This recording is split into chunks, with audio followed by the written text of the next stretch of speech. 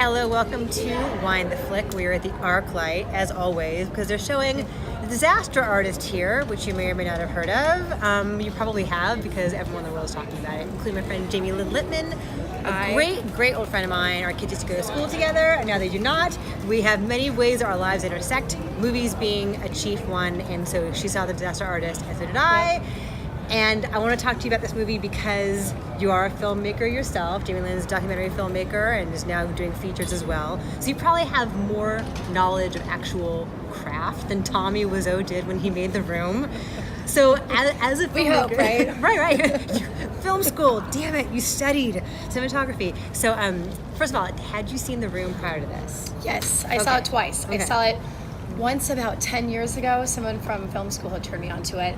And then I saw it right before I went and saw the Disaster Artist, knowing I wanted to kind of refresh. Right. All the nuance, the subtleties of it. So do you think you need to have seen The Room? Because I've had folks ask me, I'm sure you have too, like, must you see The Room? The Room is, in case you don't know, is famously like the worst movie ever made. Truly, it's terrible and it must be seen. But I wonder, do you have to have seen The Room to appreciate what James Franco is doing here, the Disaster Artist? I've been asked this question a lot in the last few days, and I would say no. I think that you're going to get more out of the Disaster Artist if you have seen The Room, right? Because it's going to be more inside jokes and inside things, and you're going to get the character of Tommy Wiseau much better understanding of that. So I think that if you don't see the film, you should at least kind of know the backstory, right. Like read something about it.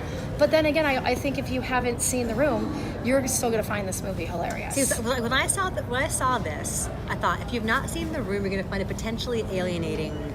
Because there is sort of like a clubby kind of insular knowledge of this terrible thing. And I wonder, if you don't know about that terrible thing, can you still get the humor of the movie? But I guess movies about movies work anyway, because we all see everything, and watching a movie go haywire like this is transcendent in its badness.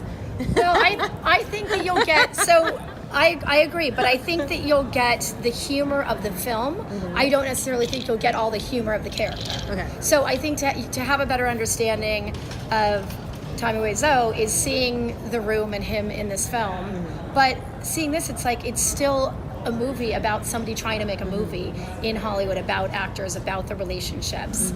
Seth Rogen is hilarious. Yeah. I mean, I've talked to a few people that have seen it that knew nothing about The Room and found it really funny as well. So I would like to talk to more people and see kind of their reactions, and I think that would be interesting. Yeah, because despite like the very specific nature of the terribleness of this movie, The Room, that is, not Disaster Artist, it is about, you know, the universal themes of trying to create and like coming to this town with dreams and like striving for things that are probably impossible. So Tommy kind of comes off, I was surprised, in a really like affectionate way. Like there's great love for him, a great love for his delusional nature. Well, so touching on The Room, I think it's so bad that it's actually good. Do you actually enjoy The Room? I think it's so bad that elements of it are like, you can't believe what you're watching, and you can't believe that like some of the choices of like, is that really a choice that an actor would make? So to that degree, it's like, yes, it's become this cult, so we do appreciate it more knowing that, and like the more that you watch it and read about it, like if you look deeper, all the people that, you know, all the screenings and stuff, which I have yet to experience. Yes. The big thing is like throwing spoons. You throw plastic spoons because there are spoons in frames all over the house. So Matt behind the camera, say hi, Matt. Hello. Matt's drinking a White Russian. We stop for our drink explanations. Cabernet, Pinot, Matt's usual White Russian. Cheers. Matt, cheers to you. Matt has not seen The Room, and well, or had not. Oh, that's right, you had not, and now yes, of course, now you are enlightened. But the communal part of it is fun. Having said that, the first time I saw The Room, Chris and I watched it just on a DVD because I did a story about movies that are so bad they're good.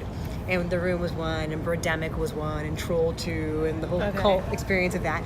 So I watched it on DVD first, and I'm so glad that I did, because if you go see it at a midnight screening, everyone's like drunk and they're screaming the lines out and they're laughing so hard that you can't hear anything. So if you want to hear like the exquisite terribleness of the dialogue, it helps to have actually seen it first. So, but you'll dig it. You'll like it. But so for me, the Disaster Artist I thought was absolutely hilarious. I mean, I have not laughed out loud that much in a film in, I don't even remember when, like the entire time. And then James Franco, his portrayal was so spot on. He gets it. It was just, I mean, it was almost like watching Tommy Wiseau play that character. It was unbelievable. And then I think also too, the way that they captured the time period, like at that year, 1998, I thought about this. I'm like, I lived in Hollywood. I hung out in that apartment building because we had friends that lived in that building. A friend of mine was trying to get with the Iris Burton agency because her claim to fame was River Phoenix's agent.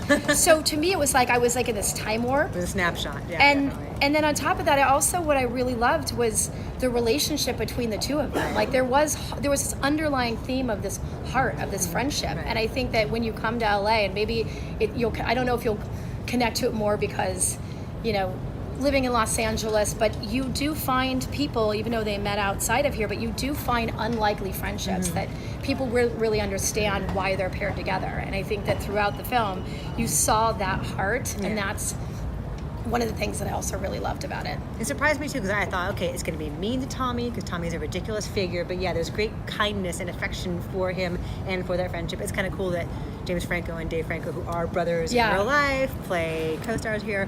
Yeah, it works out really, really well. And then if you have not seen The Room, it's okay, because at the end, during the credits, the side-by-side of how meticulously they recreated specific scenes, Ari Grainer is like the MVP of like nailing the exact inflection and like the exact beats of Juliet doing every scene. It was the care that goes into recreating this terrible movie was impressive. So I have to ask you, since you are a filmmaker, what did you relate to here as far as like the process of making a movie and like the challenges of making a movie? Well, I definitely didn't relate to spending $6 million on that because I didn't understand where that $6 million went. Like, and where did it come from in the first place? Where does Tommy's fortune come from? Is a whole other story. I did read something about now he like says it's about he had a jeans retail business. Right. He's a vampire. Something like that. He's a vampire ancestor. But yeah, he spent $6 million to shoot it. Money laundering. Right. She shot it simultaneously in 35 and digital. Yeah, so go ahead. You know what? Okay, so as a filmmaker, one thing that I guess related to and what I really liked and I found inspiring is that at the end of the day, yes, it's become this big cult thing and it's actually made more than $6 million back. It's made more than its money and it's going to continue to do so. But I related to the fact of like just believing in yourself and your dream and going after it, like at whatever stands in your way at all costs. I mean, there's a million people that do things they're not qualified to do, but who's to say that someone can't go out there and make a film? And he did, and he finished it and had a goal. And having that kind of compassion and love for a friendship of like, we don't need to, we don't need to deal with this. We can go make our own movie. And I think that kind of drive is what I related to more than the actual your own private bathroom on set. Yeah, the film that they made. You need that. And so Jamielyn's also an actor. You've been an actor for a long time, or you were for a while. No, I used to act. She was in Boogie Nights. I used to act. So as an actor though, so what are your thoughts on Tommy's acting skills? I mean, you know what? Clearly he's not, James Dean, but which is funny. That was who he wanted to be. But I have such an affinity for actors, just being that I used to be one, and I think that anyone, he wanted to do it and he went after it, and he put himself out there whether he was good or not. So I also found the relationships between the actors of how much you really need other people to believe in you and care for you. Like I found that to be really endearing. So all right, I'm cutting it.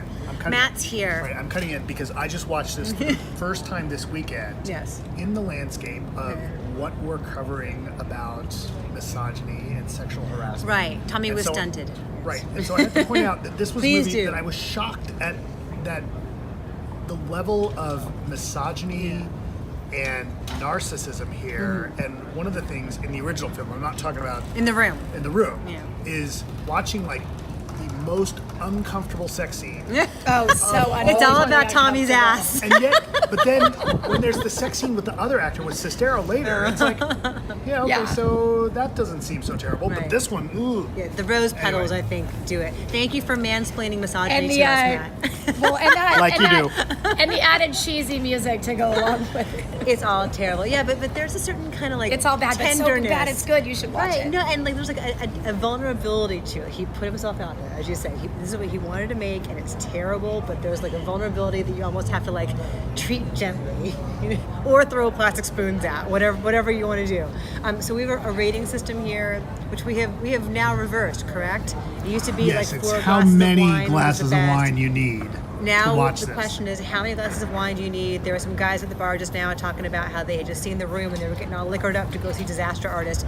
How many glasses of wine do you think a person needs to have full enjoyment of Disaster Artist? 0 being I best, think you 4 need. being I worst. think you need 0. I think it is such. Somebody asked me the other day, should I go see Lady Bird? Should I go see this? Or I said, go see this because you will have so much fun. Yeah. And he had not seen The Room, and I got an email the next day saying, thank you for recommending that. It was. Okay. You're right. It was so much fun. Okay, so you think 0. You think it's fine. Okay. I think 1 glass of wine, just a little buzz, a little fun. We're doing it live here, people. Someone's car is getting broken into right here in the ArcLight parking lot. We're not even going to stop. Don't worry about it. It's not my car, theoretically. Get it? Don't Is worry your about car? it. Come on. Don't worry about it. Don't worry about it. Don't worry about it. But you seem like Forget the about expert, Mark. Anyway, so I say 1. Jamielyn says 0. Where can folks find you? Twitter, Instagram? Is there place to I'm a find big you? Instagrammer, Okay. Jamielyn Lippman. Jamielyn Lippman on Instagram. And there's the car being broken into again. All right. Lovely to have you. Thank you. It was Please so come back, fun. Come back Yeah. again. Pick a 2 movie things you we wanna love. see. I don't know a woman who loves movies and wine as much as I Movies do. and wine and Perfect. sushi and yoga. All perfect. Bye. Yes. Bye. Thank you.